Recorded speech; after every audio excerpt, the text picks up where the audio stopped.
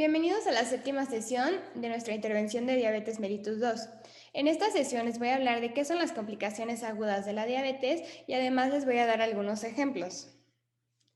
Entonces, primero que nada les quiero explicar qué son las complicaciones agudas y cuáles son algunas diferencias con las complicaciones crónicas. Entonces, las complicaciones agudas se van a presentar de forma súbita. ¿Qué quiere decir esto? Que no vamos a tener algunos signos de alerta que nos indiquen que vamos a desarrollar una complicación, sino que se va a presentar de forma repentina. Además de esto, van a tener un desarrollo rápido.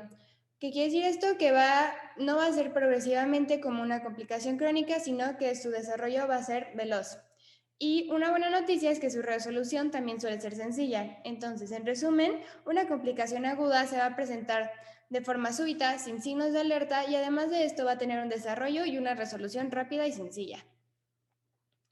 La primera complicación que les voy a explicar va a ser la cetoacidosis diabética. Esto va a ocurrir debido a un déficit de insulina, que es una sustancia que ya todos conocemos, y esto nos va a conducir a hiperglucemia y acidosis. Entonces, ¿qué va a pasar en nuestro cuerpo? Todo va a estar alterado. Entonces, si nosotros tenemos todas nuestras vías alteradas, nuestro cuerpo va a tratar de tomar energía de vías que no son adecuadas. Entonces, van a haber alteración en las vías de los hidratos de carbono, de las proteínas y de los lípidos. Esto no es un escenario ideal. Entonces, vamos a tener la triada de la cetoacidosis, que se va a conformar por hiperglucemia, cetosis y acidosis, que son términos que creo que ya todos conocemos. Por ejemplo, en la sesión 2 hablamos que la hiperglicemia es cuando nuestros niveles de glucosa suben por encima de 200. Entonces, la cetoacidosis diabética va a ser la complicación más frecuente y también va a ser la más importante porque es de las que tenemos peor pronóstico. ¿Qué quiere decir esto? Que si no la cuidamos de manera adecuada, es la que más fácilmente nos puede conducir a una complicación crónica y hasta la muerte. Entonces, ¿qué va a pasar? Como ya les expliqué, si nosotros no tenemos insulina, nuestro cuerpo va a buscar otras formas de obtener energía y va a consumir energía de los ácidos grasos, y esto nos va a dar lugar a algo que se llama cuerpos cetónicos, que ya les hablaré en la sesión de signos y síntomas con el aliento a manzana, y esto nos va a ocasionar cetosis. ¿Cuáles son los factores desencadenantes? Como ya todos sabemos, los factores desencadenantes van a ser aquellas conductas o situaciones que nos van a conducir al desarrollo de la enfermedad y en este caso de la complicación. Entonces, los factores desencadenantes en caso de la cetoacidosis diabética van a ser la suspensión del tratamiento insulínico, es decir, dejar de tomar por completo el tratamiento que nos ha recetado el médico. También las infecciones respiratorias, urinarias, dentarias o cutáneas, o en general infecciones, pero son más comunes en estos casos, y también una situación de estrés físico que normalmente es por un traumatismo o accidente. ¿Cuáles son los criterios diagnóstico? Es decir, ¿qué tenemos que tener para que el médico considere que estamos presentando una cetoacidosis diabética? Nuestra glicemia tiene que estar por arriba de 300 miligramos sobre decilitro. El pH basal va a estar por debajo de 7.3. El bicarbonato sérico, que es una sustancia que encontramos en nuestra sangre, va a estar por debajo de 15 mil equivalentes sobre litro, y además vamos a tener una ketonemia, es decir, la cetosis de las que les hablé hace un momento, va a estar por encima de 50 miligramos sobre decilitro. ¿Cuáles son las manifestaciones que vamos a expresar corporalmente? Vamos a tener poliuria y polidipsia, que creo que son conceptos que ya están familiarizados, pero se los voy a repetir por si hay algún problema.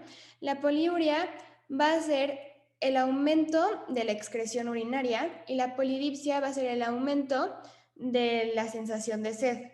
También vamos a tener náusea, vómito y deshidratación, aliento cetónico por los mismos cuerpos cetónicos, y este va a ser un peculiar olor a manzana o a vinagre. También vamos a tener presencia de olor abdominal, vamos a tener una respiración anormal y además vamos a tener anorexia. Anorexia no necesariamente es un desorden alimenticio como todos pensamos, sino va a ser la falta de sensación de hambre. Otra complicación que les voy a explicar se llama estado hiperosmolar hiperglucémico no cetósico. Esto también se le puede conocer simplemente como coma. Entonces, una de las características más importantes es que siempre se va a presentar con glicemia. ¿Qué quiere decir esto? Siempre vamos a tener los niveles de glucosa alterados. Esto es una complicación muy importante porque la primera afectación se va a ver en el sistema neurológico. ¿Qué quiere decir esto? Que todas nuestras funciones cognitivas van a estar afectadas. Va a estar presente mucho menos frecuente que la cetoacidosis, ya que esta solamente se presenta entre 17 personas de cada 100.000. Sin embargo, también es muy importante tomarla en cuenta porque del 9 al 14% de las personas no tienen un pronóstico favorable y acaba en su mortalidad. Y también es muy importante mencionar que es mucho más común en personas de edad avanzada y en personas con diabetes mellitus tipo 2, que es de lo que hemos estado hablando toda esta intervención. Asimismo, sus criterios diagnósticos van a ser una glicemia mayor a 500 miligramos sobre decilitro, es decir, que nuestra glucosa en sangre va a estar sumamente elevada, pero a diferencia de la cetoacidosis diabética, en esta vamos a tener un pH normal. Y como ya les habíamos mencionado, vamos a tener un compromiso neurológico, que es una de las manifestaciones más importantes de esta complicación. Sus factores desencadenantes, al igual que en la cetoacidosis diabética, vamos a tener una suspensión del tratamiento insulínico. Esto muchas veces ocurre porque las personas creen que por que sus niveles de glucosa ya salgan normales, tienen que dejar la medicación, sin embargo, este es sumamente incorrecto. Y aunque nuestros valores de glucemia salgan normales, tenemos que seguir con el tratamiento. Otro factor desencadenante va a ser la presencia de una infección tanto genitourinaria como respiratoria, el estrés físico, que también puede ser como un traumatismo, como les acabo de explicar, también diálisis por alguna enfermedad renal y uno que también vamos a agregar en esta complicación va a ser el uso de drogas o medicamentos inadecuadamente. No necesariamente se va a desarrollar por usar drogas ilícitas, sino también que si nosotros tomamos medicamentos sin tener una prescripción adecuada, también podemos ayudar a que esto se desencadene. ¿Cuáles van a ser las manifestaciones que vamos a tener en nuestro cuerpo? Vamos a tener igual poliuria, polidipsia, nicturia, que es un término nuevo, que va a ser el aumento de ganas de orinar durante la noche. Y además de esto vamos a tener una pérdida de peso sin razón aparente, es decir, que nosotros sin hacer dieta, sin hacer ejercicio o sin ninguna otra cosa vamos a tener una pérdida significativa de peso. Además de esto vamos a tener debilidad muscular y calambres, sensación de deshidratación, alteraciones neurológicas, otra vez respiración anormal, hipotermia, que va a ser sensación de frío incontrolable, y también vamos a tener síndromes gastrointestinales como pueden ser otra vez vómito, náuseas y los propios de la deshidratación.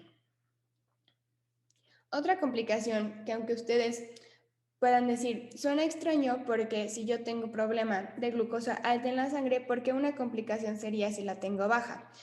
Todo esto es muy importante porque lo ideal es que nosotros mantengamos nuestros niveles de glucosa en un rango establecido, que es en ayunas de 70 a 100. Si nosotros tenemos esto por debajo, ya se va a considerar que nuestra glucosa no es suficiente en sangre como para que nuestras funciones corporales se desarrollen de manera adecuada. Entonces, una hipoglicemia se va a considerar peligrosa cuando nuestra glucosa es menor a 50 miligramos sobre decilitro. Sin embargo, aún así, cuando está un poco más alta, vamos a tener ciertas manifestaciones.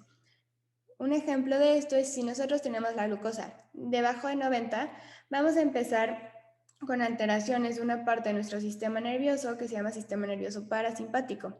Además de esto, si tenemos debajo de 70, ya vamos a afectar una parte más grande de nuestra corteza cerebral, disminuyendo la función cerebral en general. Si ya tenemos debajo de 50, ya se van a afectar tanto la respuesta parasimpática como la simpática. Y en el momento que nosotros presentemos una glicemia debajo de 30, ya tenemos mucha más probabilidad de desarrollar muchísimas afectaciones y podríamos conducir a coma. Asimismo, les voy a explicar los factores desencadenantes. Aquí vamos a tener lo contrario, no vamos a tener una suspensión del tratamiento, sino vamos a tener que es un exceso de tratamiento. Es muy importante seguir las dosis recomendadas por nuestros doctores, ya que si nosotros no las seguimos de manera adecuada, podemos conducir a un exceso de tratamiento y así desarrollar esta complicación. Además de esto, una falta de aporte alimentario también puede ser un factor muy importante, ya que si nosotros no consumimos lo que debemos consumir día con día, podemos no darle a nuestro cuerpo lo suficiente y entonces se va a desencadenar esta complicación. Otra cosa va a ser si nosotros tenemos pérdidas por vómito o diarrea. Entonces, si nosotros tuvimos alguna complicación aparte que no esté relacionada con nuestra diabetes, pero tenemos mucha pérdida de líquido y de solutos y de cosas en general por vómito o diarrea, podemos conducir a esta complicación. Otro ejemplo va a ser si nosotros tenemos un mayor consumo de energía. ¿Qué quiere decir esto? Si nosotros hacemos ejercicio excesivo sin haber desayunado antes, podemos conducir a nuestro cuerpo a desarrollar esto. Y además de esto, también un factor desencadenante muy importante si nosotros consumimos alcohol sin haber consumido alimentos antes. Entonces, como ya sabemos, es de suma importancia tener un control en todas nuestras acciones y llevarlas balanceadamente. ¿Cómo va a presentarse nuestro cuerpo? En las primeras etapas vamos a tener taquicardia, que quiere decir esto que nuestro ritmo cardíaco va a estar bastante aumentado, sudoraciones sin necesidad de sentir calor, ansiedad y nerviosismo, vamos a estar pálidos y vamos a tener presencia de náusea y vómito. Ya cuando esto se desarrolla un poco más, vamos a tener otras manifestaciones que van a ser disminución de la capacidad intelectual, es decir, que vamos a estar confundidos, desorientados, podemos desarrollar alteraciones visuales, vamos a tener dolor de cabeza y hasta podemos desarrollar convulsiones por estos mismos síntomas neurológicos. También vamos a tener esa sensación extrema de frío que le consideramos hipotermia y por reflexia, que esto va a hacer que nuestros reflejos estén disminuidos, es decir, que podemos hacer las cosas mucho más lento, que no reaccionemos con normalidad a los estímulos exteriores. Y también vamos a tener hipotensión, que es decir, que todo nuestro cuerpo va a estar con los ritmos disminuidos y esto todo nos puede llevar a coma y también a la muerte. Otro ejemplo, vamos a tener la hiperglucemia aislada. ¿Qué quiere decir esto? Que vamos a tener los niveles de glucosa altos para nuestro cuerpo, sin embargo no quiere decir que sea realmente por la diabetes. Entonces, esto se va a considerar cuando nuestra glucosa es mayor a 200 miligramos sobre decilitro. Entonces, ¿cuáles van a ser los factores desencadenantes de esta complicación? Vamos a tener una vez más el incumplimiento del tratamiento insulínico, una transgresión dietética, que quiere decir esto, que no sigamos las recomendaciones que nos da nuestro médico y consumamos demás cosas que no son benéficas para nuestro cuerpo. Una vez más, infecciones en general y el uso inadecuado de medicamentos o drogas. ¿Cuáles van a ser aquellos criterios que nos van a hacer creer que estamos cursando con esta complicación? Si nuestros niveles de glucosa están por encima de 500 miligramos sobre decilitro, si tenemos cetoacidosis o cetonuria y además si tenemos vómitos no controlados sin necesidad de una causa aparente. Muchísimas gracias por haber estado en esta sesión conmigo y les voy a dejar una actividad que consiste en relacionar las columnas con la palabra y su definición, que son aquellas que les fui diciendo a lo largo de esta sesión. Muchas gracias.